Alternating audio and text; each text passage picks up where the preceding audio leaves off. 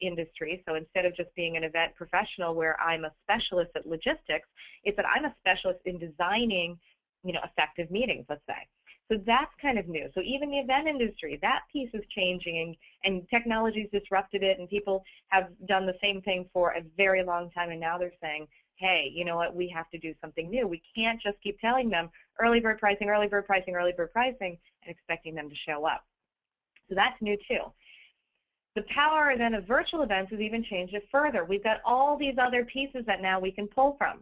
Interestingly enough, most of the time these virtual events like webinars, training pieces, tweet chats, etc., if you notice and you self-check your own association, typically what we find with our own association clients, these are not under the auspices, they're not under the control of the event people. These now somehow fit over under the marketing communications sector, and then these two worlds now are still different. So the event person now is handling the conference and the board meetings and the chapter meetings, but somehow the tweet chats and the other pieces are now being handled by somebody in social media who might be in marketing communications. And again, the bottom line is they're different. And we would say that that's kind of that's unfortunate, because the data that's collected in all of these virtual meetings and face-to-face are one and the same and should be put together to create this composite portfolio of this individual person.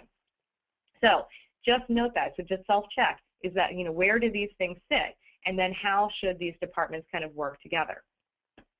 So virtual events, again, great because they're going to be either a precursor or they're going to give you some sort of other emotional connection. And of course, that is the root of demand creation, which we'll talk about in just a second. And again, for the marketing communications people, now understand this side inside and out, which is virtual events give you a ton more content, has more things we can do after the fact, has a great way to help with member engagement, helping out our virtual and social networking that we, all of us spending gazillion dollars and putting in, helping that to actually get going and have some sort of topic continuity. So again, the marketing communications people get this stuff inside and out. They understand this. The events people, though, don't. So here's where we have another disparity where we don't have a really comprehensive way of doing this. The events people are saying, I'm not really understanding what in the world a tweet chat is, or what that has to do with my food and beverage order, or how do I blend that in together. And the marketing communications people are like, I could care less what the food and beverage order is as long as it shows up. And again, we have these two pieces that now we would argue need to be blended together, because if it's truly about the experience of the member, then the experience is a comprehensive experience, multi-touch point, multi-sensory. So we have two pieces